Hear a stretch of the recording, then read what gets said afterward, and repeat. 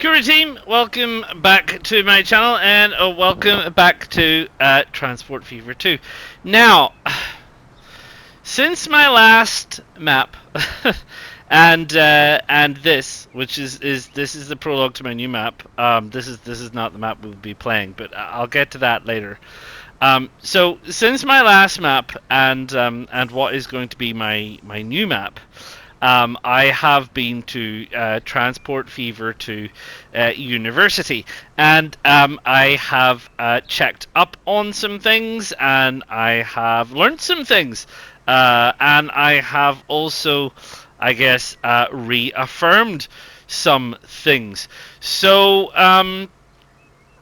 I think probably in the first instance we made a bit of a fatal error on our last map, which was Maratha, and the issue with Maratha was I tried a particular cargo hub. Now, I didn't quite exactly do that cargo hub correct. And I think that's probably the first thing that I need to acknowledge is that the right way to do a cargo hub is not how I did it. So there is a right way to do a cargo hub, and there's a wrong way, and I did it the wrong way, and that to a certain extent is why that failed, amongst other things. I think I've got the right end of the stick about most things. And that's good, and it's good that I have reaffirmed that is the case, that I have the right end of the stick of most things. It's always interesting when you go off and, for example, you might sit and watch some other content creators or talk to some other people who have played the game, and you realize that you have some mistakes in common, shall we say, and that you realize that actually you are making the same mistakes, and that is very reassuring to know that you have solidarity in stupidity, because it means that if you are making the same mistakes as other people are making and or have made, that that you're on the right lines somewhere along the line, and you're not just a complete basket case, which is what I was beginning to think. I was beginning to think, how come I'm having so much trouble and other people do not? I don't believe that's necessarily the case. I hope you, my dear viewers, are also finding out that maybe you're making the same mistakes as I am. That means that we can all learn to fix those mistakes together. So I have been paying some attention to some things. I have gone out. I have learned some things. I wouldn't say that I've fully graduated with a master's or PhD in Transport Fever 2 yet. This next map might be considered my doctoral thesis on Transport Fever 2.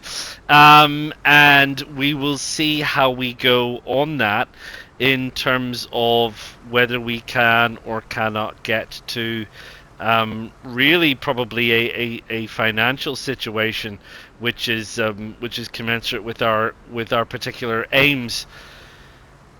Because part of the issue is, watching other creators and they've got like 8 billion in the bank, and you're like, how on earth did they get 8 billion in the bank?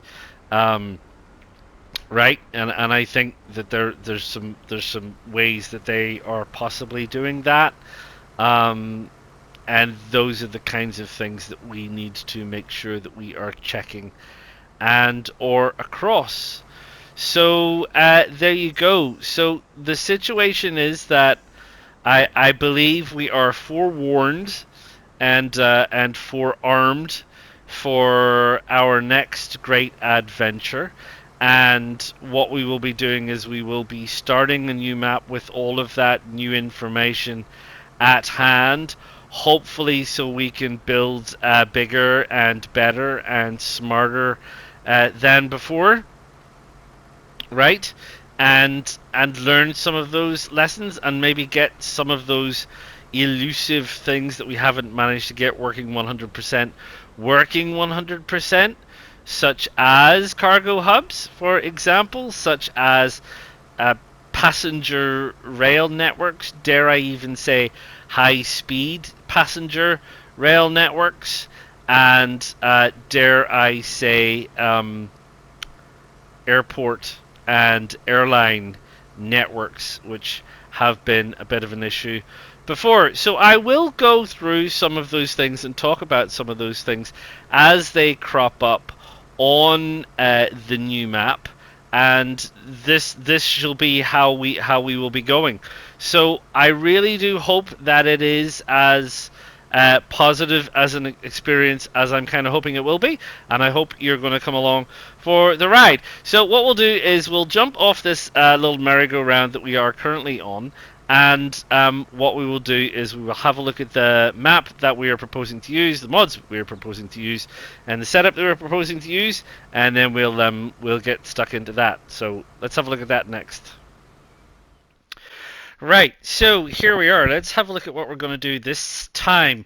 So it's been a while, so we will return to a dry map. So we're going to go back to a dry map, and not completely dry. There is a river, and that's fine. I'm happy with the river. The river is okay. We're going to stick with medium map size because I still would like to be able to consider 1,000 pop on all cities, and I want to see how stable a medium-sized map is if I get to that stage before moving on to a large map. The map format is 1-to-1. I still like the square style map, so I'm going to stick with that. The high density of towns, high density of industries, which I think is fair enough. We want plenty of towns. We want a challenge. We need to supply towns, and we also want a high amount of industries that we need to connect together. Everything else I've kind of left in the middle, which is absolutely fine. In terms of settings, yes, we're going to go back. We're going to start at 1850. I know it's not everybody's cup of tea, but I do want to start 1850. We're going to keep the difficulty on medium. We're going to keep the town's cargo needs at 4 cargo types. This just to be sure.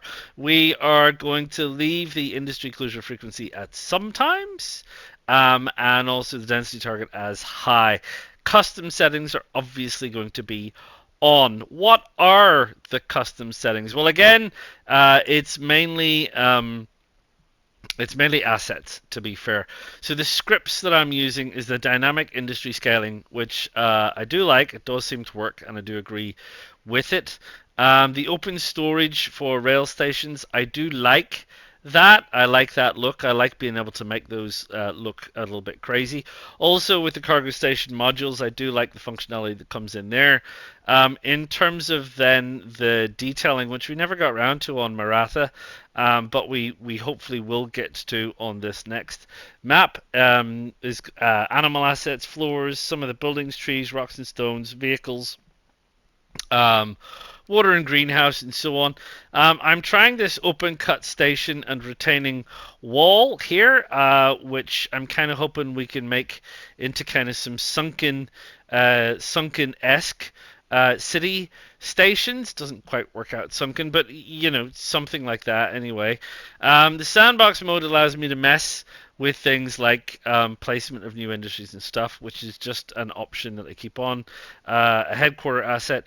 Pool platform storage, I think, just for the visual.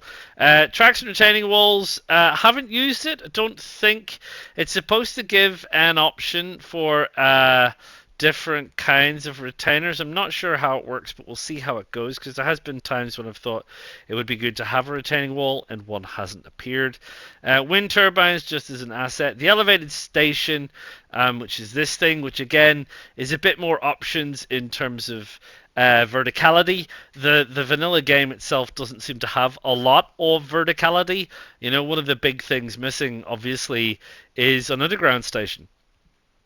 So there you go. Maybe that's something that we try at some point. How we go through like an underground railway. So rather than have the railway doze its way straight through the city, is there any way to make it underground? And I'm not sure that there currently is with that. And I haven't seen anything on the mod store that allows me to do it.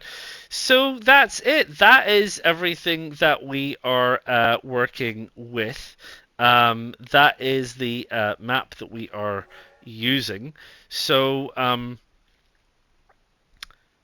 going to jump in and have a look. But that will be the beginning of the series, and that will be the next episode. Until then, ta-ta for now.